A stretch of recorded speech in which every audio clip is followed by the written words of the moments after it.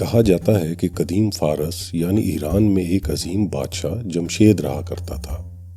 کہنے والوں کے مطابق اس کا دور 7 صدیوں تک رہا۔ بادشاہ جمشید کی سلطنت میں کئی شہر بنے اور پروان چڑھے۔ کھیت سونا اگلتے تھے اور رعایا خوب خوشحال تھی۔ ہر گھر میں بڑے بوڑھے اس کی عظمت اور دانش مندی کے قصے سنایا کرتے تھے۔ بڑے عرصے تک سب اچھا چلتا رہا اور جمشید یقیناً اپنی رعایا کے پیار، عزت اور تعریف کا حقدار بھی تھا۔ لیکن طاقت انسان کو بگاڑ دیتی ہے۔ اتنی دولت اور بڑائی بادشاہ کے سر کو چڑھنے لگی۔ آخر اس کا غرور اتنا بڑھ گیا کہ ایک دن اس نے محض ایک بادشاہ ہونے کی بجائے خدائی کا دعویٰ کر دیا۔ اب اس کا حکم تھا کہ سب عوام اسی کی پوجا کیا کریں اور اس کے علاوہ کسی اور کو خدا ماننے کی جرات نہ کریں۔ جس دن اس کی زبان سے یہ حکم صادر ہوا، اسی دن سے قدرت جیسے اس کے راج سے روٹ سی گئی۔ زمین کی زرخیزی اجڑ گئی اور قحط اور افلاس نے اس کی سلطنت کو جکڑ لیا۔ وہی لوگ جو کبھی پیار سے اس کی عزت کیا کرتے تھے، اب صرف خوف کے باعث اس کے سامنے جھکتے تھے۔ جمشید اب زوال پذیر تھا، لیکن سبھی آمروں کی طرح نوشتہ دیوار اسے نظر نہیں آ رہا تھا۔ ایک طرف فارس میں بادشاہ جمشید کا راج تھا اور دوسری طرف پڑوسی ملک میں ایک ضحاک نامی شہزادہ اپنی حکومت قائم کرنے کے لیے بے تاب تھا۔ ضحاک جوان تھا، خوبصورت اور بہادر بھی، لیکن اس کو اقتدار کی ہوس نے ستا رکھا تھا۔ ایک دن ضحاک کے پاس ایک وفادار غلام کے روپ میں شیطان آیا اور موقع پا کر اس نے جوان شہزادے کے کان میں ایک سرگوشی کی۔ آخر کب تک انتظار کرو گے اپنے اقتدار کے حق کا؟ اپنے باپ کے سائے سے نکلو۔ اگر تاج چاہیے تو تمہیں اپنے باپ کو راہ سے ہٹانا ہوگا۔ اس طرح کی باتوں کا زہر وہ روز شہزادے کے کانوں میں بھرتا رہا، جب تک کہ لالچ اور نفرت کا یہ زہر ضحاک کے دل میں نہیں اتر گیا اور اس نے اپنے باپ کا خون کر ڈالا۔ ایسا کرنے سے ضحاک کو اپنے قبیلے کی سربراہی تو مل گئی، لیکن اس کی روح اپنے اس گناہ کے رنگ میں رنگی جا چکی تھی اور شیطان کا کام بھی ابھی تمام نہیں ہوا تھا۔ اگلی بار شیطان ضحاک کے محل میں شاہی باورچی کے روپ میں آیا۔ اس کے جیسے پکوان کبھی کسی نے نہیں چکھے تھے۔ اس نے ضحاک کو نت نئے اور لذیذ ترین کھانوں سے بہت متاثر کیا۔ آخر ایک دن اپنی زندگی کا لذیذ ترین کھانا کھا کر ضحاک نے باورچی کو بلایا اور کہا، واہ، آج تو تم نے کمال ہی کر دکھایا۔ کہو تمہیں کس انعام سے نوازوں؟ اس نوازش پر باورچی بڑے ادب سے بولا، حضور، آپ کے قریب رہنا اور آپ کی خدمت کرنا ہی میرے لیے بہت بڑا انعام ہے، لیکن اگر آپ اصرار کرتے ہیں تو مجھے بس اپنے دونوں کندھوں کو چومنے کا شرف بخشیے۔ اس کی ایسی وفاداری پر ضحاک بہت خوش ہوا اور اس نے باورچی کو گلے لگا لیا۔ باورچی کے روپ میں شیطان نے بڑے آرام سے ضحاک کے دونوں کندھوں کا بوسہ لیا اور ایک عجیب سی مسکراہٹ لیے وہاں سے چلا گیا۔ اگلی صبح جب ضحاک کی آنکھ کھلی تو وہ ڈر کے مارے چلانے لگا۔ اس کی چیخو پکار سن کر سب محل والے اس کے پاس پہنچ گئے۔ جو بھی ضحاک کو دیکھتا تو خوف سے ڈر جاتا۔ ایسا دل دہلا دینے والا منظر پہلے کبھی کسی نے نہ دیکھا تھا۔ ضحاک کے دونوں کندھوں پر سانپ بیٹھے تھے اور وہ اس کی 1000 کوشش کے باوجود وہاں سے ہٹنے کا نام نہیں لے رہے تھے۔ جیسے ہی وہ ایک کا سر کاٹتا تو اس کی جگہ اس کے کندھے سے ایک اور سانپ نکل آتا۔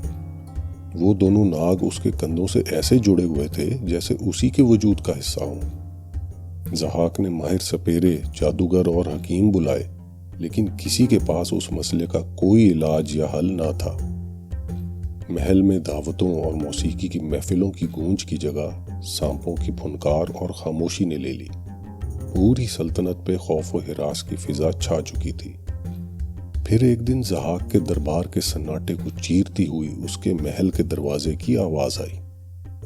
اس دروازے کے ذریعے ایک بوڑھا، لمبی داڑھی اور چوغے والا پراسرار سا فقیر داخل ہوا۔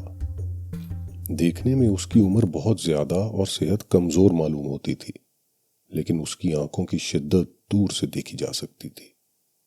وہ بوڑھا شخص ضحاک کے قریب پہنچ کر اپنی سرد آواز سے بولا، اگر تم زندہ رہنا چاہتے ہو تو ان سانپوں کو کبھی زیادہ دیر بھوکا مت رہنے دینا۔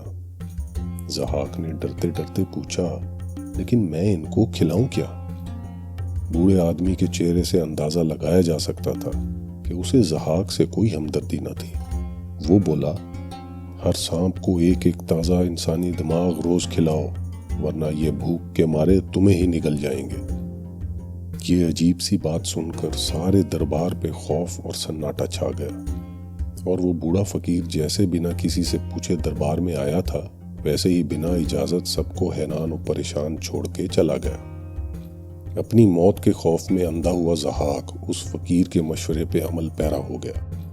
روز 2 بے قصور نوجوان ملک کی گلیوں سے اغوا کیے جاتے اور ان کا بھیجا ان 2 سانپوں کی خوراک بنتا۔ ظلم کے اندھیرے نے ساری سرزمین کو ڈھک رکھا تھا۔ وقت کے ساتھ ساتھ ہمسایہ ملک میں زوال پذیر جمشید کی سلطنت پہ بھی ضحاک نے فتح حاصل کر لی۔ اب ضحاک کے جبر و ستم سے پورے ایران میں کوئی بھی محفوظ نہ تھا۔ کئی سال یوں ہی بیت گئے اور ظلم جاری رہا۔ کبھی ترقی اور خوشحالی کا محور فارس اب تباہی اور بدحالی کی مثال بن چکا تھا۔ پھر ایک دن محل کی دیواریں ایک لوہار کی دھاڑوں سے لرز اٹھیں۔ کاوے نامی لوہار اپنے دھول سے اٹے کپڑوں میں ملبوس چیختا چنگاڑتا محل میں گھستا چلا آیا۔ چوبداروں نے اسے روکنے کی کوشش کی، مگر وہ اس کے غصے اور فولادی ہاتھوں کے زور کے آگے ٹک نہ سکے۔ کاوے کے 7 جوان بیٹے پہلے ہی ضحاک کے خونی سانپوں کی بھینٹ چڑھ چکے تھے۔ اب 8واں بیٹا بھی اغوا کیا جا چکا تھا۔ اس نے پرزور احتجاج کیا کہ وہ اپنا بیٹا لیے بنا دربار سے نہیں جائے گا۔ ضحاک نے لوہار کی جرت سے متاثر یا شاید محظوظ ہو کر اس لوہار کے بیٹے کو اس شرط پہ بخشا کہ اس کا باپ یہ بات لکھ کر دے کہ وہ شہنشاہ ضحاک کا بے حد مشکور ہے کہ اس نے رحم کا مظاہرہ کرتے ہوئے اس کے بیٹے کی جان بخش دی۔ یہ شرط سنتے ہی کاوے کی آنکھوں میں آگ اتر آئی۔ اس نے وہ کاغذ جس پہ اسے دستخط کرنا تھے پھاڑ کر دربار کے فرش پہ دے مارا اور چپ چاپ اپنے بیٹے کا ہاتھ تھامے اسے اپنے ساتھ لے گیا۔ محل کے باہر لوگ کاوے لوہار کا زندہ بیٹا واپس لوٹتا دیکھ کر حیران رہ گئے۔ گھر آتے ہی لوہار نے اپنے چمڑے کا اپرن اتارا اور اسے ایک نیزے سے باندھ کر بطور پرچم لہرا دیا۔ یہ بغاوت کا علم تھا۔ یہ پکار تھی ہر اس شخص کے لیے جو ضحاک کے ظلم و ستم سے اب تنگ آ چکا تھا، اور للکار تھی ضحاک اور اس کی پالتو فوج کو کہ بس اب مزید ظلم نہیں چلے گا۔ کاوے لوہار کی بغاوت ایک ایسی چنگاری تھی جس نے دیکھتے ہی دیکھتے پورے ملک میں آگ لگا دی۔ کسان، ملاح، لوہار ہو یا سنار، جس نے اپنا بیٹا یا بھائی کھویا تھا، سب ضحاک کے خلاف متحد ہو گئے۔